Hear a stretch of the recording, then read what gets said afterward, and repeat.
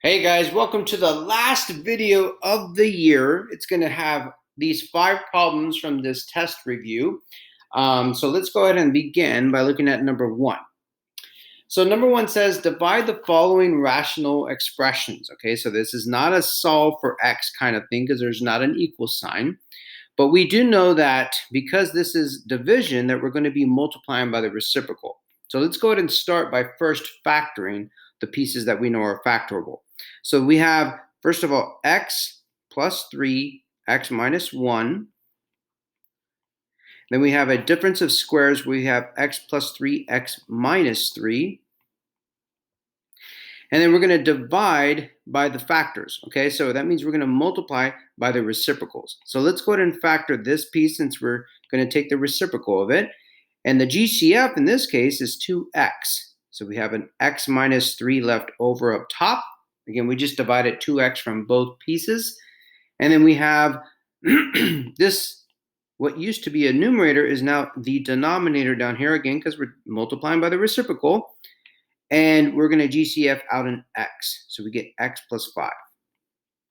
Now, remember, this is multiplication. That means this is one huge fraction that's glued together with multiplication. So I'm going to go ahead and just rewrite this as the following. Let me go ahead and copy that. And we're going to paste it down here. And we're going to make it one huge fraction, if you will. Okay, actually, you know what I'll do? I'll just go ahead and do it from here. And I'll just make it one huge fraction. Glued together with multiplication, all those pieces are multiplied. So there's multiplication here, here, here, here, and here. Okay, so let's look for the forms of 1 that will cancel. That will reduce to a form of 1. This will reduce to a form of 1. These x's reduce to a form of 1. And nothing else can reduce to a form of 1. Okay, so the pieces that are left over are this x minus 1, this 2, and then this x plus 5. So if I distribute everything out, the top will give me, 2x minus 2. And then the bottom will give me the x plus 5. So this is our most reduced simplified form for number 1. Let's now look at number 2. Okay, so this is a subtraction problem. So we have 2 terms. Over here again, remember this was all glued together with a form of multiplication by multiplying the reciprocal. But here we have 2 separate terms. We have this term here, and then again, terms are separated with addition or subtraction signs. So on this one, we know we're going to need a common denominator of some sort. Okay, so let's first start off by factoring the top. So we have x minus 3, we have x plus 1. Then we'll factor out the bottom left, which we have x minus 4, x plus 1. And now we're going to subtract this other piece over here. We have minus 2 over x minus 4. Okay, so now we need a common denominator when we're adding or subtracting fractions. So we need to multiply by a form of 1. Again, this is an expression. This is not a function of some kind. So we're going to multiply by a form of 1 that would get us that common denominator that we need. Okay, so here's our form of 1. And now here is our common denominator. Okay, so I'm going to go ahead and write it as one huge fraction as x minus 4, x plus 1. And then we're going to take care of the numerators by combining them together. And we finally see one of our examples that has this negative. Okay, so let's go ahead and take care of this first. So we have x squared minus 3 plus 1 is a minus 2. And then we're going to have minus 3. Okay, that was just distribution or full method. Now we're going to distribute this 2 across both pieces. So we get 2x plus 2. And then we're subtracting this entire numerator piece. So this negative is going to distribute, it's going to distribute on both of these terms. I keep erasing it on accident. Here and here. So it'll be minus 2x minus 2. Okay, so this is going to distribute and give us a minus right here. So we'll have minus 2x minus 2. So now we're going to combine all of our pieces together in the numerator and then cancel, reduce here at the end. Okay, so here we go. We have A minus 3, we have a minus 2, so we'll get a minus 5. We also have a minus 2 and another minus 2. Please be careful, again, of how we just took care of this negative, how it distributed across the 2x plus 1 to become a negative 2x minus 2. Okay? Now, let's combine our like terms. We get x squared minus 4x minus 5. It's x minus 4x plus 1. And now we're just going to, 1. Factor the top and see what cancel reduces. So we have x minus 5, x plus 1. Even at the very end, sometimes you'll have to still factor out and see what will cancel reduce to a form of 1, which in this case we see it's going to be these x plus 1s. So our final reduced form is going to be x minus 5 over x minus 4. This is an expression, not a solve, because you didn't say x is equal to something. Okay? So now let's go ahead and move on to the last 3.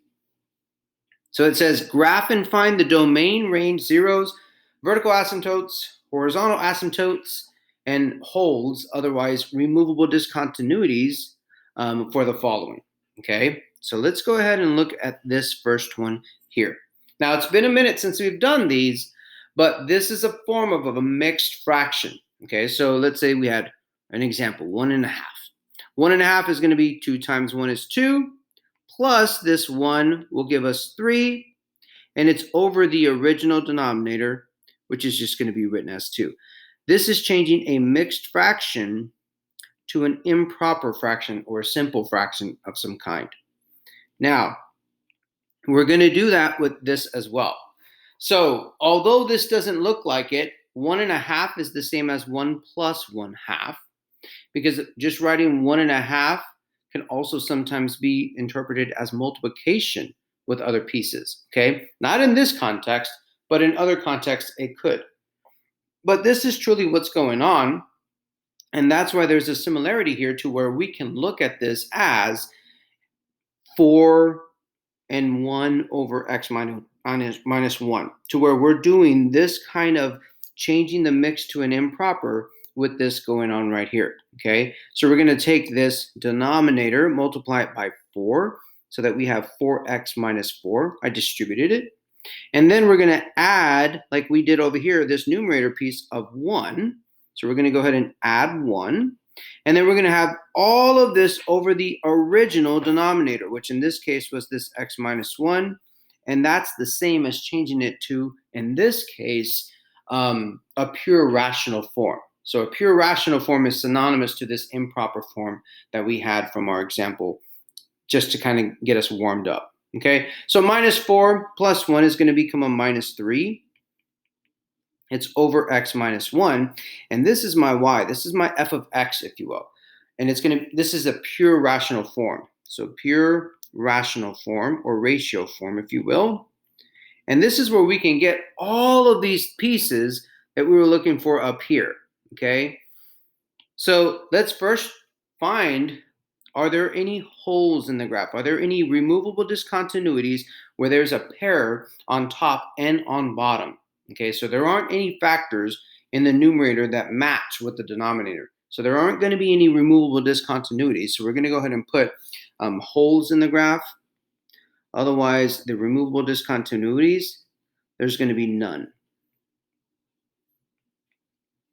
Okay, so from there, what we can do is now look at the denominator, or the remaining denominator, after the holes have been taken care of, and we're going to look for the vertical asymptotes. Remember, that's setting the denominator equal to 0 and solving for x. So that's just going to exist at x is equal to 1.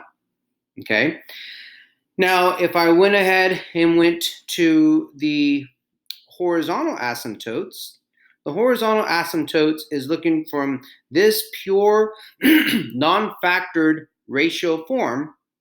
We're going to do that Bobo-Botnitz ratio, or that Bo to Betsy form that we learned from before, that acronym, okay? Here, if you're using Bobo-Botnitz ratio, the exponents are the same. So that's Eats ratio per se. Exponents are the same. then it's the ratio of the coefficients, which is 4 over 1, which in this case is going to be y is equal to 4. Okay, so if you did Bobo-Botny's ratio, that's the acronym that you're going to use here.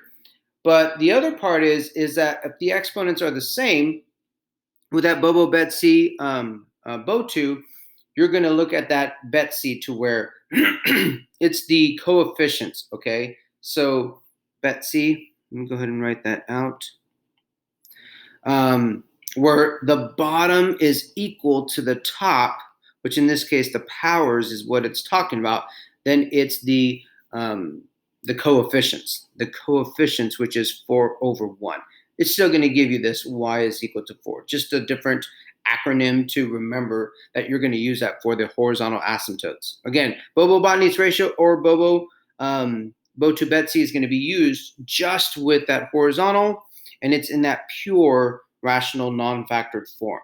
Okay, so now let's go ahead and move on to what other. So let me go ahead and mark this off. We know whole, horizontal, vertical, domain, range, and zeros. So let's go to the zeros of the function. The zeros of the function are the x-intercepts, and it's basically for a fraction like this, it's when the top is set equal to 0.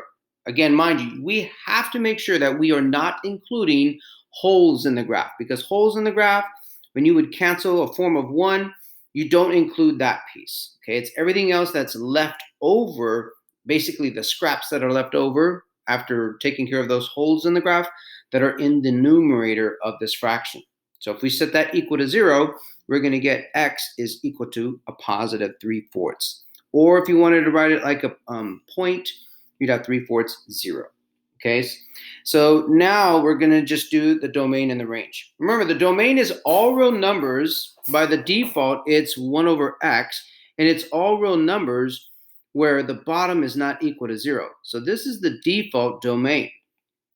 But now here I have an x minus 1, which means it shifted this vertical asymptote over 1 unit to the right.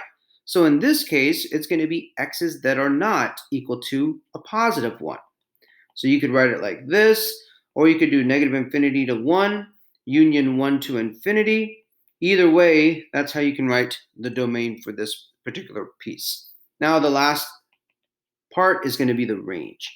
The range is looking at all the y values that would exist, or that wouldn't exist. Let's account for all of those. So again, our default shows a graph that looks like this, rational function-wise, 1 over x. And default, the only y value that doesn't exist is y is equal to 0. Okay? So what we're going to do here is we're going to interpret this horizontal asymptote got shifted 4 units up. So therefore, the only y that does not exist now is going to be at 4. And interval notation-wise, you could say from negative infinity to 4, union 4 to infinity, and that will be the range. So that's how we do number 3. Okay, so now what we're going to do is we're going to do number 4. And I'm just going to like copy this over real quick. Actually, you know what? I'll just go ahead and erase what I have and just start over with number 4. Okay, so let me go ahead and do this. Okay. And then we're going to do number 4. So the same thing, domain, range, zeros, vertical asymptotes, so on and so forth. So our first step is to go ahead and factor the top piece, which is going to be x plus 3, x minus 1. And then we're going to factor the bottom piece, which is going to be, in this case, x plus 6 and x plus 3. Okay, so notice immediately we identify that there's a hole in the graph occurring at negative 3, because again, we're setting these pieces equal to 0. So the hole in the graph, the removable discontinuity, is going to be at x is equal to a negative 3. Okay, this is the hole in the graph. Now the next thing that we're going to look at are the vertical asymptotes. What are the leftover scraps in the denominator? Well, that's this one right here. The leftover binomial factors, or any x piece that could be set equal to 0. This one is going to be at x is equal to negative 6, because we solved for that. Okay, and remember, that's a vertical line at x is equal to -6. And I did not graph the other pieces on the previous problem. No worries, you are more than welcome to look at the written key, but I will, for the sake of time, choose to do this one, and we're going to go ahead and graph that right here. So this vertical asymptote is at -6, so there's that. And then now we're going to look at the horizontal asymptote. Okay, again, remember the horizontal asymptote looks at the beginning, the non-factored form, and these are the same, so that's its ratio. So it's the ratio of the coefficients. Well, there's an understood 1 here and here, so it's 1/1, and that won't be the same. It won't always be 1. It'll be like it could be 2/3 or y equals 5/3, just different numbers. Just look for the coefficients, okay? And we're going to say y is equal to that coefficient ratio, which in this case is just 1. So the horizontal asymptote is now y is equal to 1. So if I said 1 is here, y is equal to 1. Remember, y equals a number is a horizontal line. X equals a number is a vertical line. All right, so there's 1 per se. There's a horizontal asymptote. All right, so now let's look at the zeros of the function. Okay, so the zeros of the function are the leftover scraps that are in the numerator. We're going to set those equal to 0. So zeros of the function, otherwise x-intercepts are going to be when that piece is equal to 0. So it'll be at x is equal to 1. Or 1, 0 if you want to put it like a point. Okay, so 1, 0 is going to be way over here. And that's going to be where it crosses the x-axis. Okay, now let's look at the domain. The domain, again, we have to look at when does the denominator equal 0, and the domain is everything other than that. So we're accounting for both the holes in the graph and the vertical asymptote. So we have to account for all discontinuities, which in this case is going to say the domain is all x's that are not this -3 or -6. And some of you might choose to write -infinity to -6, union -6 to -3, again, because -6 is more negative, you write least to greatest, and then -3 all the way to +infinity. So if you chose to break it up like that, you could have it like this as well. And then the range. The range is going to be all those pieces where the horizontal asymptote was accounted for. So we know that y cannot equal 1.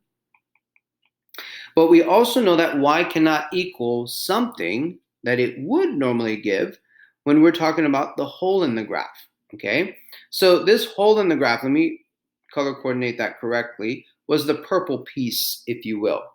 So after you cancel that purple piece, as far as the hole in the graph, the thing that would be left over would be this x minus 1 over x plus 6. That means if, okay, at this hole of -3, if this was -3, what y value would it have spit out? So -3 minus 1 is going to be a -4. -3 plus 6 is a +3, so it would be 4/3. So 1 and 4/3 are the y values that it couldn't exist, okay? And in this case, it's a -4/3. So we'd say -infinity all the way to -4/3. Again, these are y values. So these are x values on the domain, and then these are y values on the range, and we know that.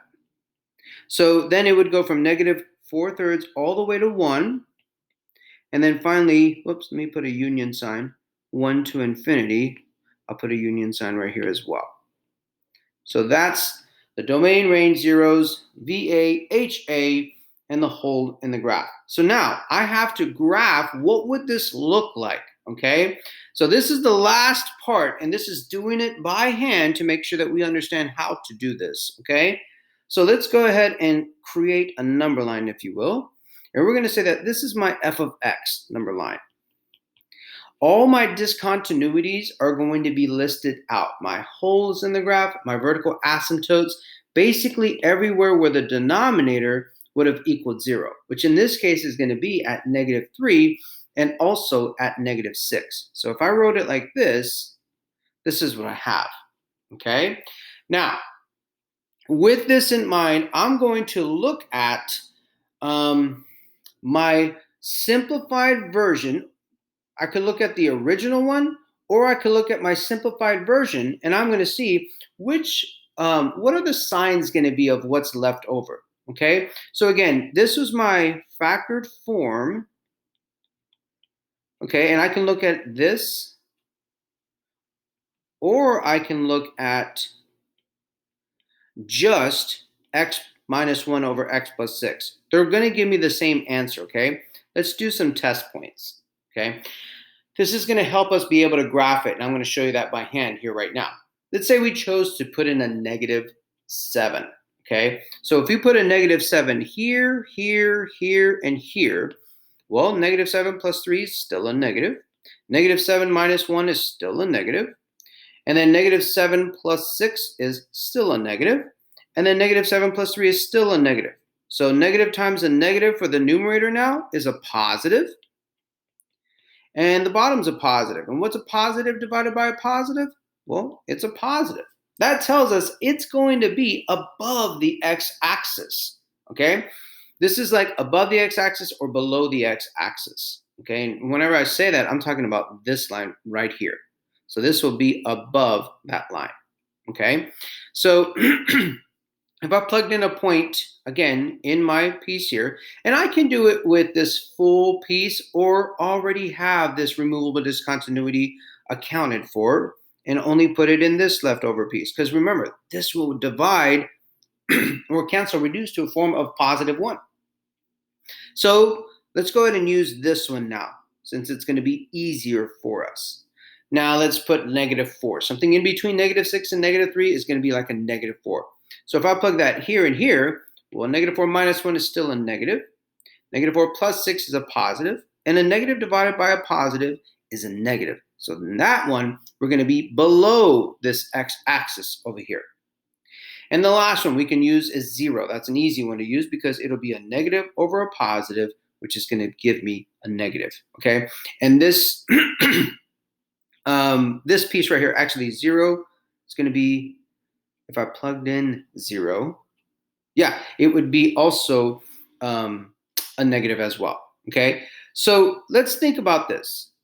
If I'm looking at 0, there's one thing that I forgot to write, and I'm just now realizing this right now. Okay, so this negative 3, I wrote the removable discontinuity of where it occurred. But there's one thing that I didn't yet write that is very, very, very important. I'm kind of glad I made the mistake because it brings attention to it. The last number that I have to write is not only whenever the bottom is equal to 0, but also when the top is equal to 0. Okay? The top is equal to 0 at negative 3, which I already have, but also at 1. So we got to list all of these out, including when the top is equal to 0. Because now I can choose a number bigger than 1. Let's say that I chose 2. Okay? Again, I'm going to choose this right here. Whenever I chose 0, it gave me a negative, meaning that that's going to be below the x-axis. But now in this last interval, oops, let me go ahead and use orange. I'm going to use, let's say, positive 2. Then I'm going to put here and here. So positive 2 minus 1, that's going to be a positive. Positive 2 plus 6, that's still going to be a positive. So this will be above the x-axis. Okay, so here we go. We're going to go ahead and first do this negative infinity to a negative 6, approaching both of these asymptotes and staying above the x-axis. So it will look something like, let me go ahead and make this, I will use blue. I'll make it just a little bit bigger so that you can see the graph. So it will look something like this. Approaching both asymptotes. And this is just a rough sketch. Okay. So now we're going to look at this interval here. Between negative 6 and negative 3. So let me go ahead and draw negative 3 in here somewhere. So here's negative 6. Let's say negative 3 is about right here. So between negative 6 and negative 3, which is here and here, I'm going to be below the x-axis, okay?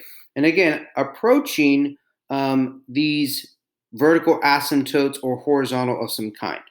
So my graph is going to come from here, because it was negative, and then at negative 3, it's going to be this hole in the graph, okay? So we're going to create that hole here in just a bit.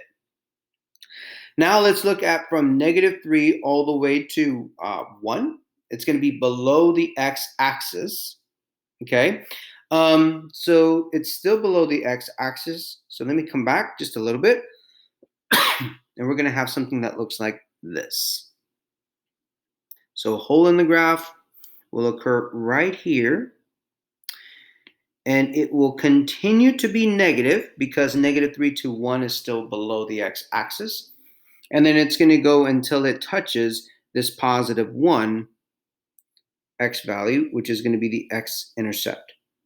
Okay, so I'm going to make this just a little bit cleaner as far as what it really would most likely look like. But please remember that's a -3 right there. I'll write it up here, -3. So we're going to go to this where there's a hole in the graph. At -3, then it continues to go. It's still below the x-axis until it goes to that x-intercept. That's below the x-axis. And finally, after 1, I will be above the x-axis and approaching my horizontal asymptote. Whoops. Above the x-axis and approaching my horizontal asymptote. So my graph in purple will be this part here. This part with the hole hits the x-intercept and continues to go like that. Okay, that was from this number line representation. Again, most important thing that we saw from the mistake that I made just now is that all of these numbers that we are testing, they come from both when the top and the bottom are equal to 0. This is how to do it by hand. And yes, this is a skill you're going to have to know because you will have non-calculator questions on SAT parts that you'll need and PSAT that you will need to be refined and know this information with. Okay? All right, so now let's go ahead and look at our last question. Okay, our last question is going to be this number 5. And it's all about these two words here. When you see the word varies, we know that this, in this context, means equals k. Okay? If this word was directly, then we would multiply, because directly means that we are going to multiply. Whoops. But if we see the word inversely, then we know we're going to divide. Whoops. So multiply versus divide. So this is inversely. So we're going to take this k that we have from varies, and we're going to divide because that's what inversely means. So y, there it is, varies, there it is, inversely, so let me go ahead and highlight, inversely is right there, dividing as x. So just from these words, we're creating, and we have to do this, an equation that looks like this. And then from here, we're going to say y is 10. So y is 10 when x is 3. And the reason why we did that is because this right here is a general solution. It's an equation that has all numbers except one constant isn't known yet. Because we need to plug in a point to find that constant. It's almost like from Algebra 1, if you had something like this, and I said, guys, you're going to use 1, 5, the point, to find b.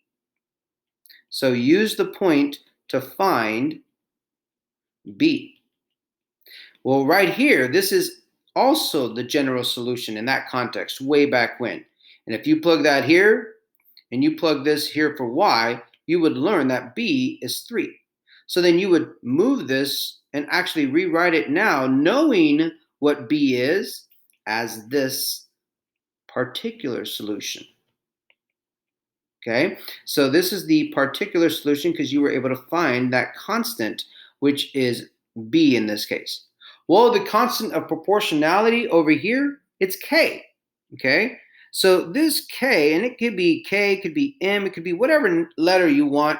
Mathematicians usually use K as a proportionality constant. And again, that comes from the word varies. So you have to remember that. And we're going to do the same thing. So this is just an example of something that you've done before. We have our general solution here. We're going to use x right here for x. And that's where we wrote 3. Or sorry, this point right here is what I'm looking at. This 310. So 3 went here for x. Y went here as 10. And now we can say k is 30. Just like you found b over here, for this specific example, we found k for this particular or general solution. Okay, so now I'm going to create this general solution and make it right here. This is my general formula, and I'm going to make it become a particular solution. That's y equals k is 30 over x.